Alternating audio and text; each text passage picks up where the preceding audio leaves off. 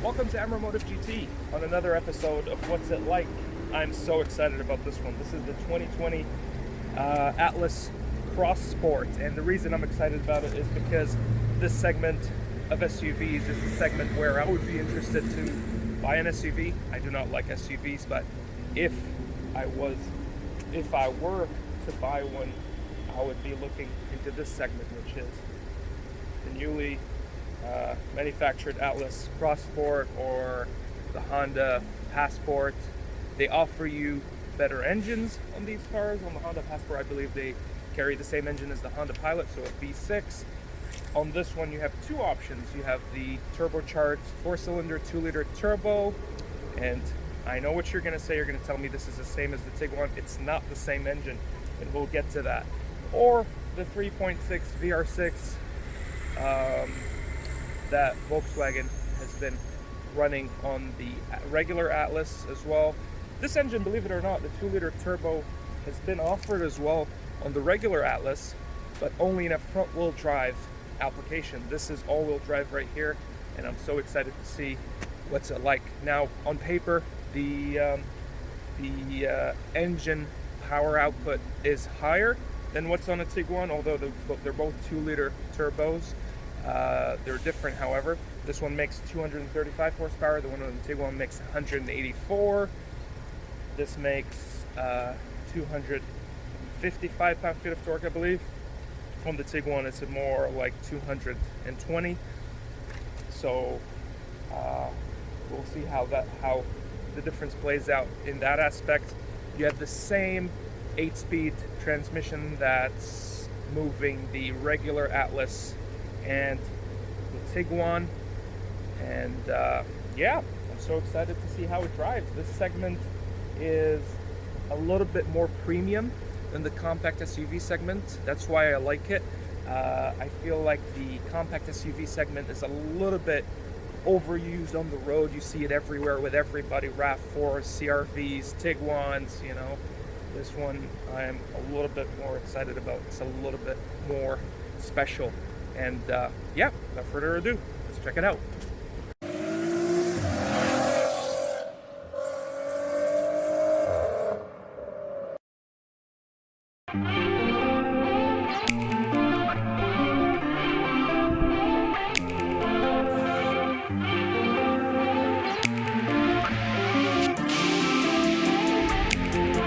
Okay, welcome to the inside of the Atlas Crossport. First thing I see, it looks a lot like a regular Atlas, a little bit of a different trim right here. The plastic is a little bit different. The best thing that I saw so far, they gave us a new steering wheel. It's the same or a similar steering wheel to the one that you get on the 2020 Golf that already came out, or maybe it's still coming out in Europe.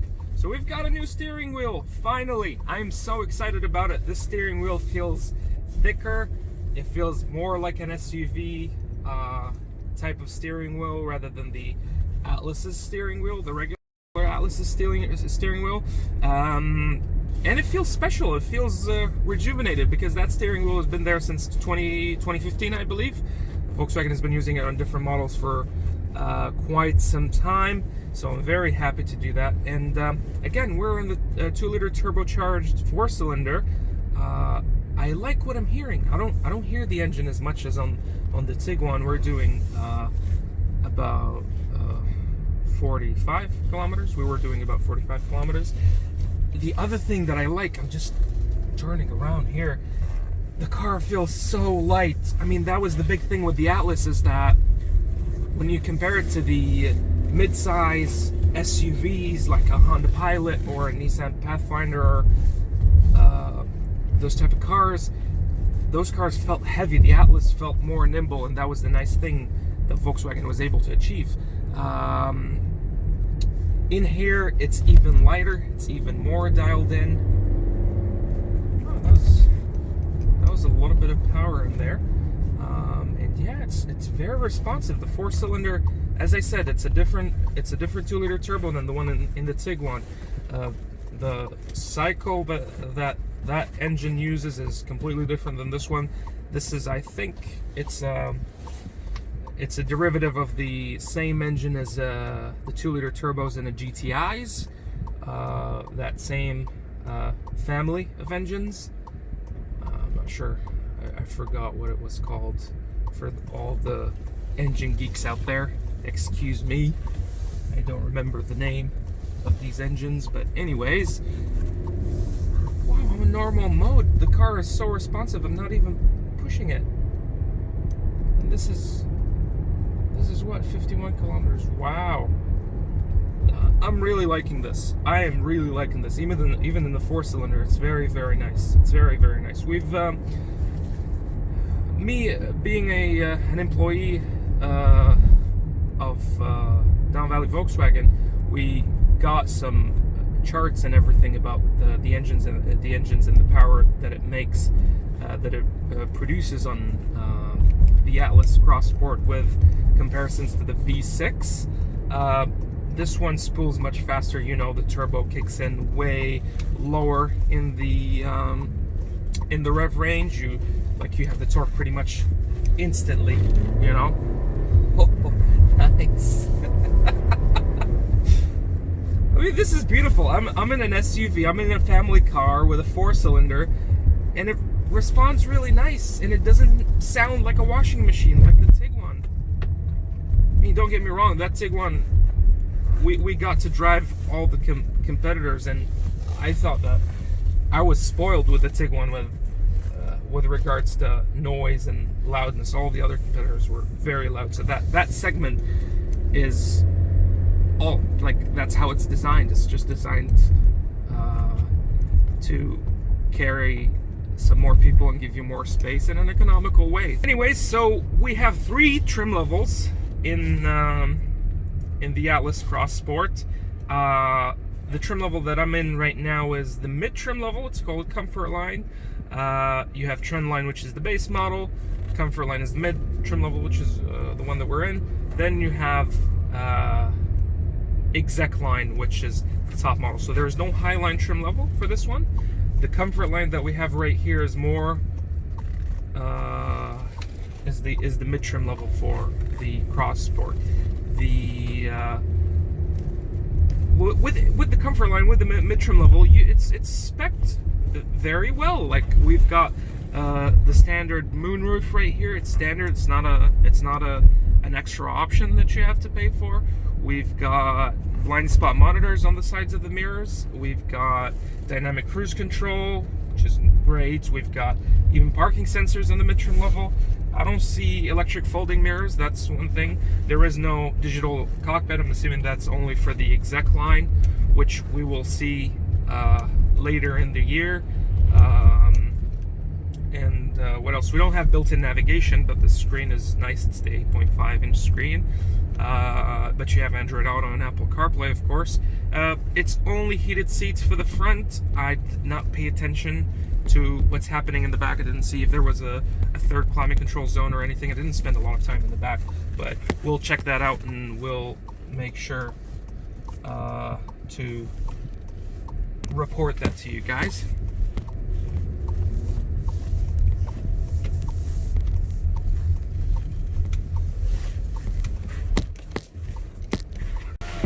Okay, sorry about that. My camera holder started to get wobbly, and I had the time to check for you guys if we had any third climate control zone or any heated seats for the back.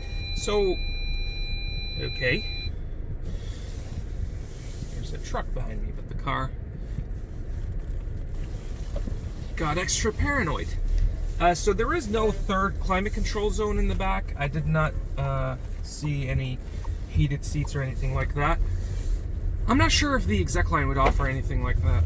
Would offer any of these options. I will check and see if that's something that's on the table right now. But yeah, for the Comfort Line, no, you don't have those options. Yeah, so this basically is a car for someone who wants an all-wheel drive vehicle that's higher off the road than a Tiguan. It feels higher, it feels more like a truck. It's closer feeling to the regular Atlas than to the Tiguan. You want more space for 5 people than what the Tiguan offers. You want more cargo capacity than what the Tiguan offers. And I have to make this light before it turns red. And woohoo, we made it. Anyways, God, this car is so nimble, man. It doesn't feel like an SUV at all to me, and I love it. I love that. My whole beef with the SUV thing is that you're basically selling your driving soul to the, I don't know, to the lords of mediocrity. Just making up words right now, people. Please bear with me. But I really love how it drives. I don't know if you guys see it on my face or hear it through my voice, but this thing drives really nice for a 4-cylinder SUV. I never thought I would say that about a 4-cylinder SUV, but this drives nice. Okay. Yes. I mean, it's not a Golf R. Definitely it's not a Golf R. I don't want to be giving the wrong impression to people. It just drives really nice for an SUV of this size with a 4-cylinder. A Comfort Line Crossport with a 4-cylinder is gonna be at high 40s, like 40, 47, 48, something like that. And yeah, that's great. It just depends on the programs, the finance rates and the lease rates and whatnot. But yeah, I feel that that's a pretty good point to be at. I think the top model exec line with the V6 maybe is going to be at 50, 55 or something like that. So that's again closer to a a high line level for a regular Atlas. And I've been in normal mode throughout this entire time, and the car was fairly responsive. Sport mode here, see what that gives us.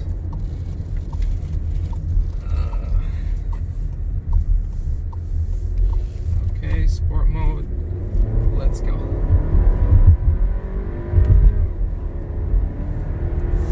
Here's a bend. Wow. Yeah, that's really nice. It's so grippy. You don't feel like you're flying or floating up in the air. It's really, really nice. I'm really surprised of how this drives. Yeah, no, this is, if I ever want to get an SUV, this would be the car for me.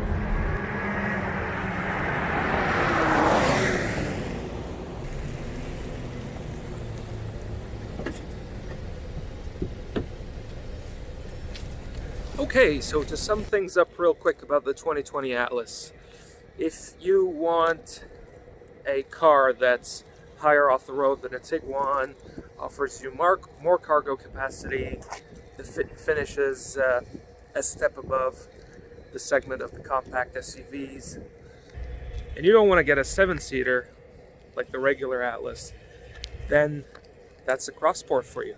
It offers you more options. It gives the customer more options to choose from. It adds more versatility to the lineup of Volkswagen, of course. A lot of people have been saying right here in North America that the new Tiguan, which is the same as the all-space Tiguan in Europe, or in some places in Europe, is too big. And some customers actually like the old size of the Tiguan, of the older Tiguans, 2017 to 2009.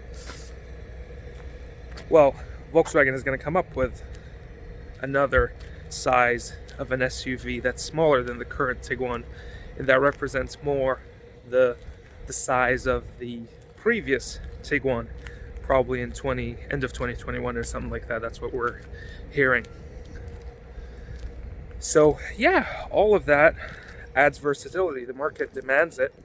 There is a demand for the market for these type of cars in the North American market, so it just gives more options for customers, which is great. Thank you very much for watching.